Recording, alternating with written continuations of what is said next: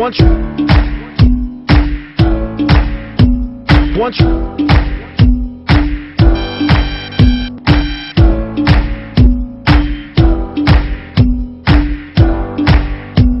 once you, once you. Anong karamdaman niya? High blood to. Ito, saka ito ang arthritis. Ang talagang nagpabigat sa akin, yung high blood saka yung arthritis. Dahil ngayon hindi na ako makalakad eh. Pinatignan ko na ito, ang remedyo lang dito, operasyon. Dahil bone to bone na yung buto ko. 17 ako eh. Sabi ko, kung gagastos nyo na sa akin, sabihin na sa mga apo ko. Dahil yung mga anak ko nang magpapagamit ko nito, magpapa-opera eh. Sabi ko, kung na ako nga, matanda na ako. Okay na sa akin dito. Nakaiga ako nung nag-uusap sa kulit. Nung yung bandang huli na pag-isip-isip ko, hanggang dito lang ako, nakaiga lang ako lagi. Nag-take ako ng herbal. Saan mo na-discover niya? Sino nag-discover? Ang isip ko, may ilang na ako na siya aking uminom eh. Kaya lang ako talagang medyo may katigasan ng ulo, puro alak ang uminom. Anong nararamdaman ni Lolo?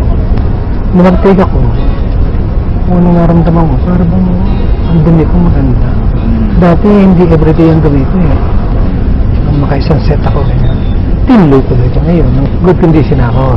Hindi katulad nung dati, na hindi pa ako nag-take, talagang nakahiga lang ako sa kama. Pagkalabas ko ng ospital, talagang puro kama na lang ako nakahiga. Ay, yung higaan ko pa. Ayun, nakakatayo na ako. Nagpabili ako nung Walker. oo, na ayun, pagka ano, naglalakad na ako, ginagamit ko yun. Hanggang sa, ngayon nakita niyo, nakakapaglagari na ako. Ngayon, nakita niyo, nagtatrabaho ko. Ito, kanina ko lang inumpisa, saka yung mga tinitake kong gamot noon, kala ko ito, tinigil ko na lahat. Talagang herbal na lang ako. Oo, talagang herbal na lang, kasi inobserbahan ko yun. Sabahan ko yung movement na ito kasi mahal. Yung mga gamot, tablets na yung herbal na lang. Ibig sabihin eh, malaking improvement ang ginawa sa akin ng herbal. Ito ho, pinaka-frame nitong board na ito kasi itong board na ito, ginagawa ko para study table ng apo ko. Ginagawa ko yan para pagka malaki siya, mayroon siya sulat. Nag-aaral lang ako ganyan.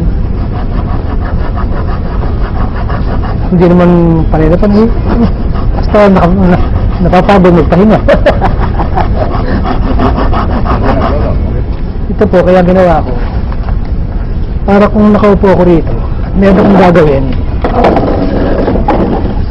nakaganyan sa akin. Kung ako'y napapagod na, at gusto kong mag-relax, ayun. Nakataas yung dalawang pa ako para nasa kayo eh. Komportable. Bote, alalahin ka namin. Yun, kaya ko. Yun. Ayan, ngayon nakagagawa na ako niyan pero nung una hindi ko. Ayan, nakakalakad na ako.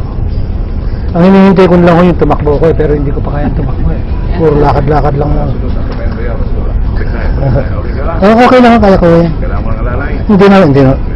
Kasi pagka yung nagpapalalo ako, lumalabas na para akong lumpo eh. Kaya inaano ko yung sarili ko talaga na ano ang silbi sa akin ng herbal kung hindi ako gagaling. Stretch na nangyayari sa akin dahil hindi ako makagalaw eh. Nakahiga lang eh. Tinitingnan ko yung kaya sabing gano'n kung may butik eh. Pero ngayon, dan nagagalit na sa akin ng miss ko pag lumalabas ako rito. Sabi ko, ba't lagi ko nasa labas? May nakita naman akong ibang chicks ganyan.